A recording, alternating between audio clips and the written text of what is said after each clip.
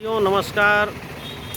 विरासत गलियारे की जो योजना चली थी उत्तर प्रदेश सरकार द्वारा धर्मशाला बाज़ार से लेकर के घंटाघर तक, उसमें कार्य में तेज़ी आई थी, लेकिन बीच में काम कुछ धीमी गति से चल रहा था। और एक दिन जब यह बुलडोज़र यानी बाबा का बुलडोज़र अब एक कहावत बन गई है, एक टैग लाइन इसको दे दिया गया है। बुलडोज़र तो बुलडोज़र ही होता है, लेकिन इसको बाबा के साथ जोड़ दिया गया है।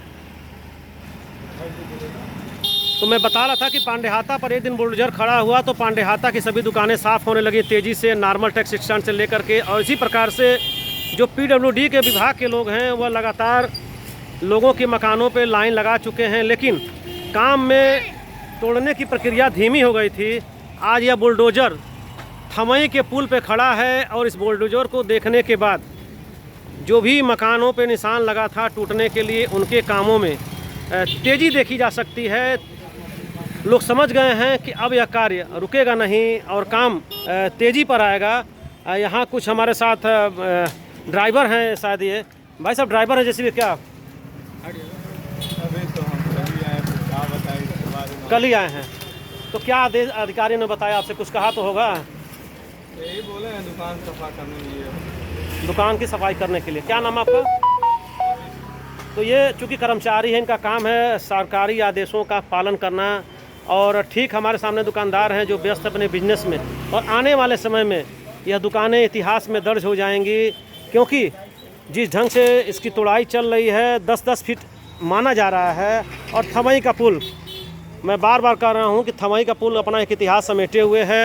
और तमाम यहाँ म्यूजिशियन की दुकानें हैं, म्यूजिक के सामान बिकते हैं, चप्पल की दुकानें हैं और अन्य सभी सामानों की दुकानें यहाँ लगी हुई हैं। और कुछ दुकानदार इस मंजर को देख रहे हैं, समझ रहे हैं कि क्या हो रहा है। मैं जानने की कोशिश करता हूँ कुछ दुकानदारों से कि वो क्या कहना चाहते हैं, क्या बताना चाहते हैं।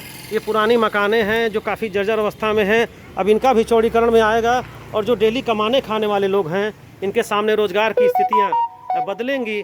तो मैं जानने की कोशिश करता हूँ, सर ये बताइए, जिस ढंग से ये चौड़ीकरण विस्तारीकरण योजना हो रही है, कार्य में कुछ शिथिलता आई थी, लेकिन आज जिस ढंग से बुलडोज़र खड़ा है और लोग दुकानों को अपने आप तोड़ रहे हैं, यह कितना व्यापार को आपके डिस्टर्ब करेगा? व्यापार का तो डिस्टर्ब है ही है। बिना नोटिस दिए ये कल तोड़ दिए इन लोग ने, नोटिस दिए तोड़ दिए। चूल्हा नहीं जलेगा। और ये यही है कि ये क्या कारोबार और सब डिस्टर्ब रहेगा, रोजगार होगा सब डिस्टर्ब रहेगा। उनका कहना है कि मैंने लोगों को बता दिया था, मौखिक रूप से निशान भी लग चुका है, देखिए आपके पीछे भी है। मैं किसी एक व्यक्ति को लेकर नहीं बात कर रहा हूँ, मैं दोनों लोग की बात सुनने के लिए बैठा हूँ। तो काम में तेज़ी नहीं थी, शिथिलता आगे थी, लेकिन आज जिस प्रकार से बुलडोज़र खड़ा है ठीक सामने, इसी प्रकार से पांडेहाता में भी एक दिन खड़ा था। पांडेहाता कभी तो नहीं हुआ है, ये बख्तीपुरी आके इन लोग को पांडेहाता भी लोग व्यापार ही करते। नॉर्मल चौकी स्टैंड के पास की दुकानों को तोड़ा गया है। पांडेहाता ये सब उसी तरह सर, अभी अलीनगर का पड़ा हुआ है। हमारे सामने बुजुर्ग खड़े हैं। चाचा क्या नाम है आपका? मोहम्मद यूसुफ।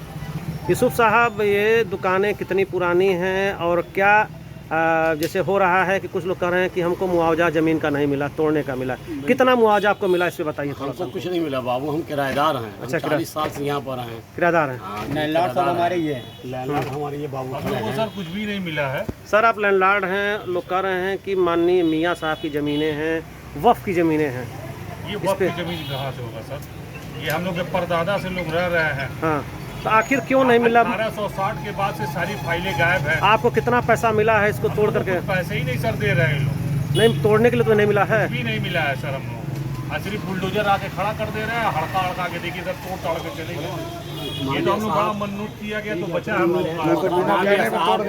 लैंडलॉर्ड को मिलेगा साहब, हम लोग कहाँ जाएंगे? हम लोग का भी तो कुछ व्यवस्था किया जाए, हम लोग भी बीवी बच्चे हैं, भूखे मर जाएंगे। यही दुकान है छोटी सी। कितना हिस्सा आपका बच रहा है इसमें? बस बचेगा सिर्फ 4 फीट। शायद आप खाना खा रहे थे जी, तो भोजन आप शुरू करें। नहीं ठीक है। और आपकी बातों को मैं पहुंचाने की कोशिश करूंगा अपने चैनल के माध्यम से। डॉक्टर साहब हैं, इनका नाम है डॉक्टर, चूँकि हंसमुख हैं और सदा इस रोड पर हमसे मिलते रहते हैं आते जाते। इसे कहते हैं कि खुशियों में भी गम और गम में भी खुशी। तो कहीं ना कहीं चेहरे पे तो हंसी है, लेकिन दिल में जो मलाल है वो किस प्रकार से आपको डिस्टर्ब कर रहा है? थोड़ा सा दो शब्द। तकलीफ है, कहाँ तक बयान करें हम। बहुत ही। कितने लोग का परिवार आपसे जुड़ा हुआ है? 6 लोग से हैं। 6 लोग हैं। जी हाँ, तो पूरी जिम्मेदारी इसी सब दुकान इसी से। दुकानों से जी हाँ, सब कितने साल से दुकान आप कर रहे हैं डॉक्टर? 25 साल तो हमको हो गया। 30 साल आप हो गया, 40 साल यूसुफ साहब को हो जी गया। हाँ, जी हाँ। मैंने एक पूरी पीढ़ी बीत चुकी है। अगली पीढ़ी के लिए क्या व्यवस्था आपने किया है? क्या कुछ नहीं, अब रोड पे आ जाएंगे, कहीं कोई व्यवस्था नहीं, पैसा नहीं है, बच्चे बीमार घर में हैं, उसमें हम परेशान हैं।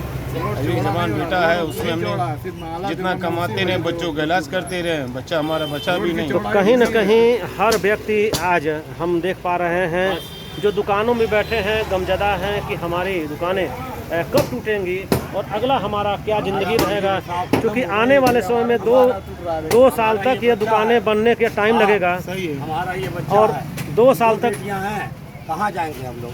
तो हर व्यक्ति का रोजी रोटी इस दुकान से जुड़ा है और त्यौहार में ही बिक्री होती है। बाकी 3 महीने बैठकर किसी दुकान से भोजन की व्यवस्था होती है। सरकार को भी इस पर ध्यान देना चाहिए कि जिसकी ज़मीन हो उसको मुआवजा मिले, और मुआवजा जब जमींदार को मिलेगा दुकानदार को भी उसमें से कुछ न कुछ हिस्सा मिलेगा, ऐसा आशा किया सकता है। गोरखपुर समाचार के लिए मैं इस थमई के पुल के ऊपर से आपको कवरेज दे रहा था। थमई का पुल कितना बड़ा है, कितना इसका इतिहास है, आप स्वयं गोरखपुर के इतिहास को जा कर के आकलन कर सकते हैं। धन्यवाद।